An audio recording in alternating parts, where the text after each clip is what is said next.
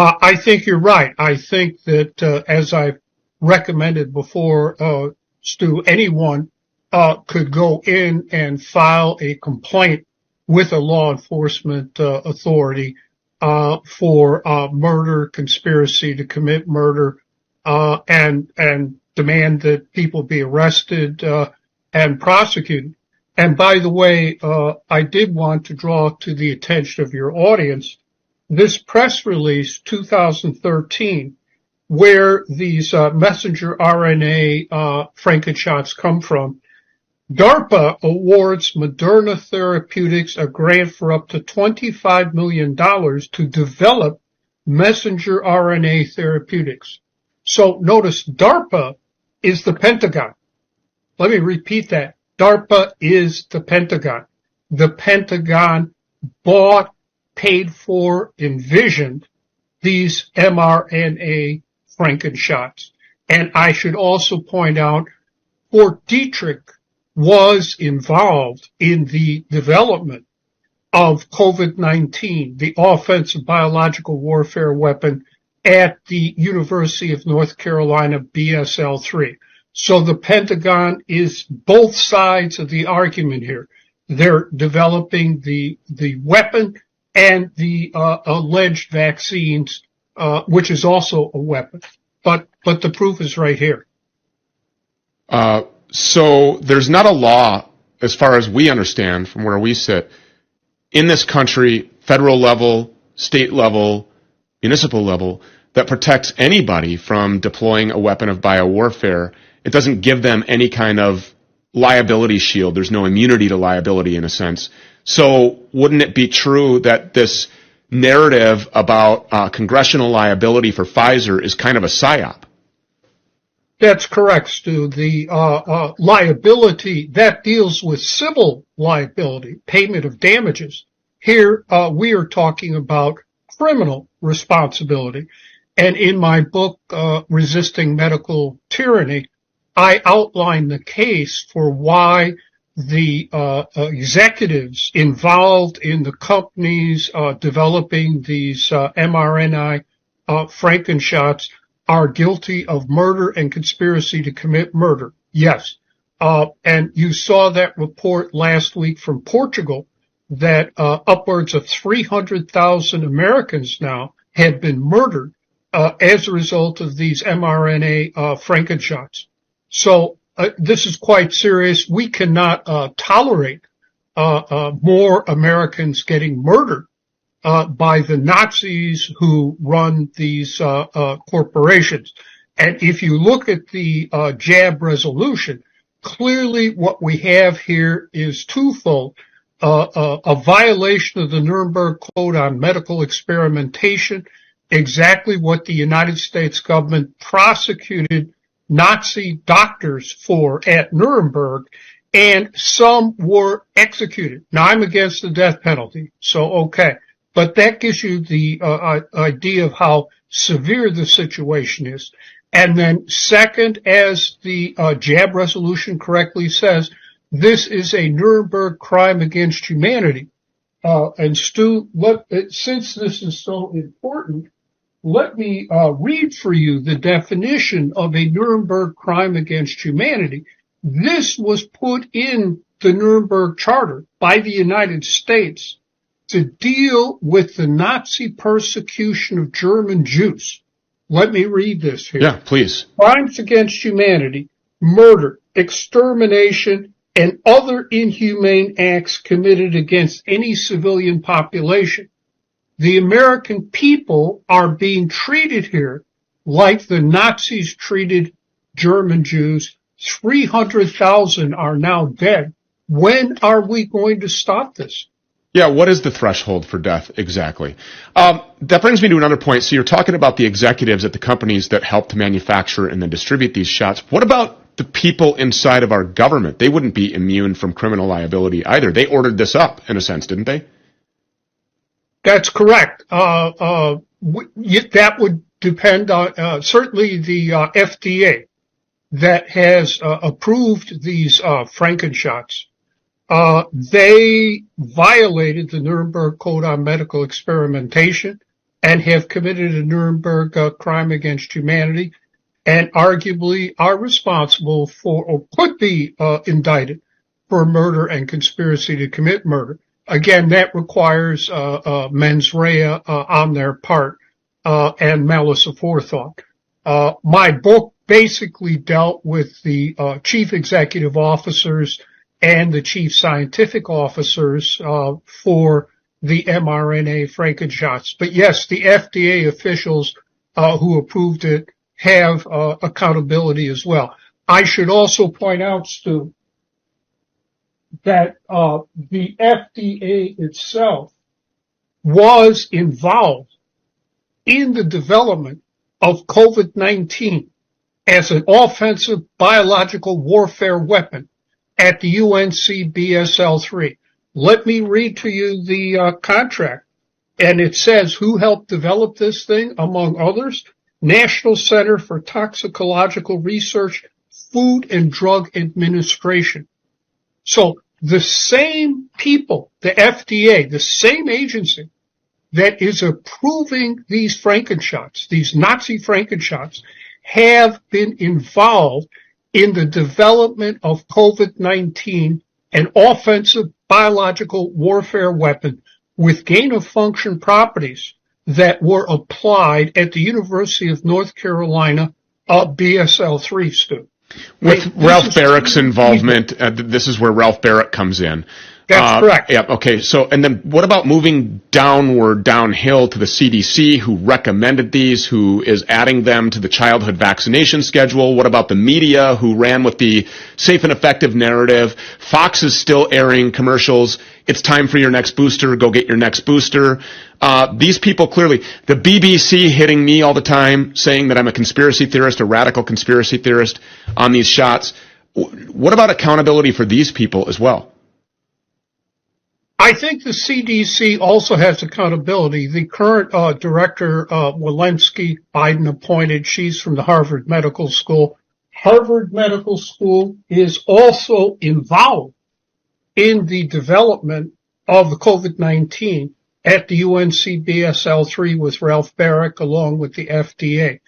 The CDC has been up to its eyeballs in offensive biological warfare weapons going back to the Reagan administration, when the Reagan administration authorized the CDC and American Type Culture Collection to ship 40 shipments of weapons they knew were weapon-specific biological warfare agents to Saddam Hussein in Iraq in the hope and expectation that he would weaponize them and use them against Iran.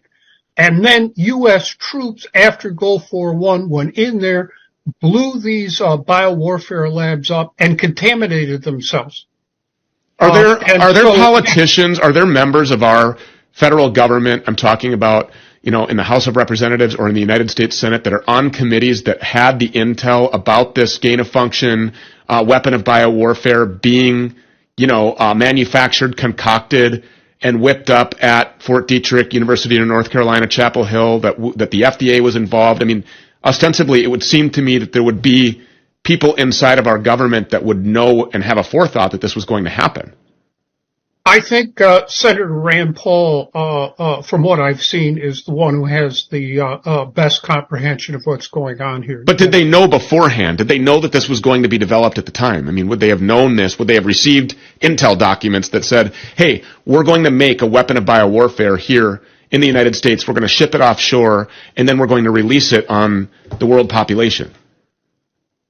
Well, Stu, I've been saying this for many years. If you take a look at there's a award-winning documentary called Anthrax Wars 2009 by Cohn and Nadler. You can get it online, dealing with the existential dangers presented by these BSL-3s and BSL-4s. And they asked me, because of my expertise, to consult with them. And at the end of this documentary, I say in the starkest terms possible, this is a catastrophe waiting to happen, unquote. Now, that was 2009. So, yes, at least my viewpoints on these matters have been out there in the public record. Indeed, in 2001, I was the first to blow the whistle on the fact that Amerithrax came out of a U.S. biological warfare weapon and weapons program and laboratory.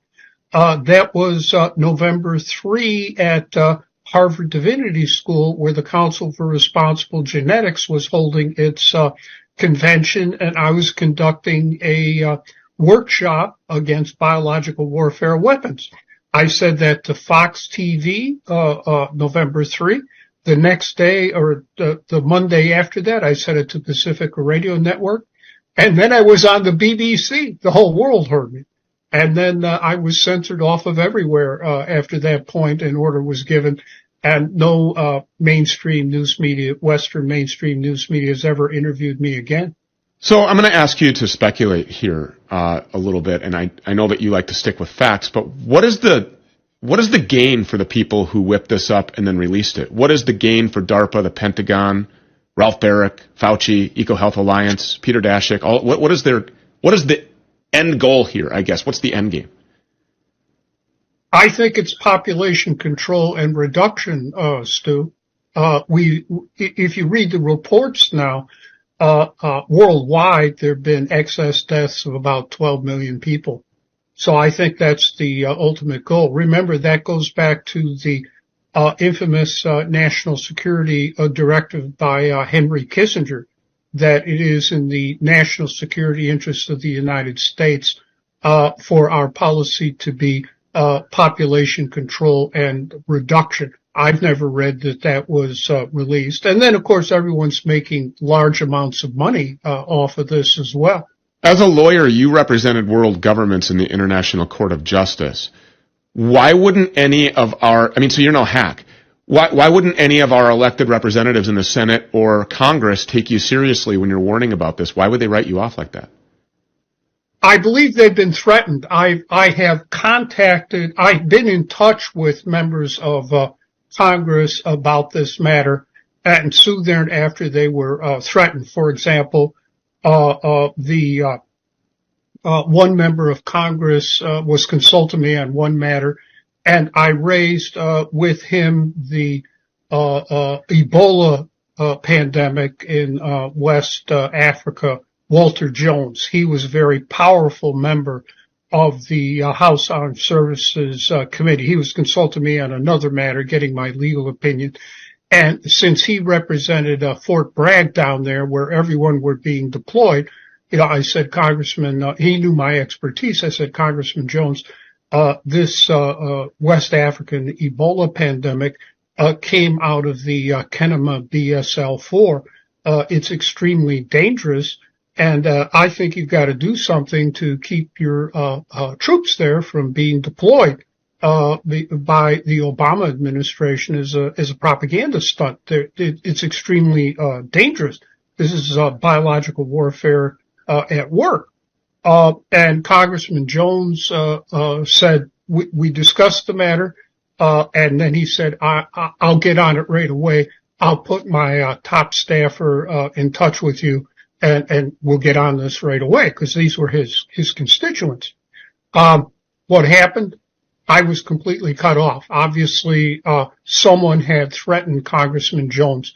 He no longer returned my phone calls, no emails, no messages, no one in his staff either.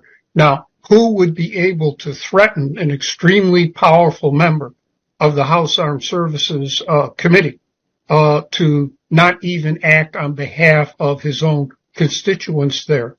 And what was that threat? I don't know. But this personally happened to me, yes. And even after Congressman Jones died, I sent condolences to his office. They didn't even acknowledge receipt of my condolences. I think we probably know why.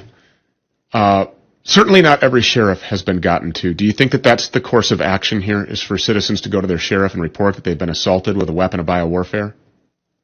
Yes. And also go to your district attorney, state's attorney, county attorney. I'm dealing with the county attorney down there at Collier County. He's involved in drafting their health freedom declaration. We're making progress. And then there that. needs to be an enforcement mechanism in that That's resolution for how we move forward and what we do with the people who are responsible for this deployment, and then what we do with the stockpiles of this deployment. I think it's pretty clear at this point. I mean, it needs to be seized, it needs to be incinerated, and then the people responsible for it need to be put on trial and handed down sentences. That's not to excuse the Chinese Communist government.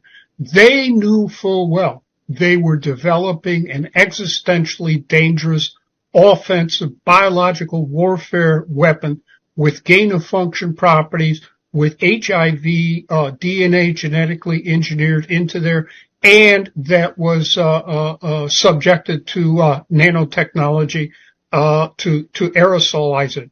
This stuff will travel up to 30 feet in the air. So I'm not excusing them at all, but they were developing it. The Wuhan Institute of Virology then is, by definition, a bioweapons lab. Pardon me? The Wuhan Institute of Virology then, by definition, is a bioweapons lab. Oh, yeah, that's China's Fort Detrick, Stu. What happened was, obviously, President Xi there, decided that he wanted to play with the big boys, and the big boys had a BSL-4 like we do, our Fort Detrick, or the British at Portendown, and he was going to have his own BSL-4 and his own panoply of offensive biological warfare weapons, just as bad as anything we have. Right. Funded by the U.S. taxpayer, and there's no shortage of that going on around the world either, as we have reported on this program ad nauseum. Dozens of these bioweapons labs, just like the Institute of Virology in Wuhan, located in Ukraine, where we're sending hundreds of billions of dollars, and now we're getting reports about the same happening in Taiwan. Interestingly enough, the military-industrial complex wants U.S. boots on the ground there. Lindsey Graham, the Pfizer whore, the fossil in the D.C. Beltway there, is advocating for U.S. boots on the ground in Taiwan. Seems that they know where all of the bodies are buried, Professor Boyle. Thank you so much for coming here. We certainly appreciate it.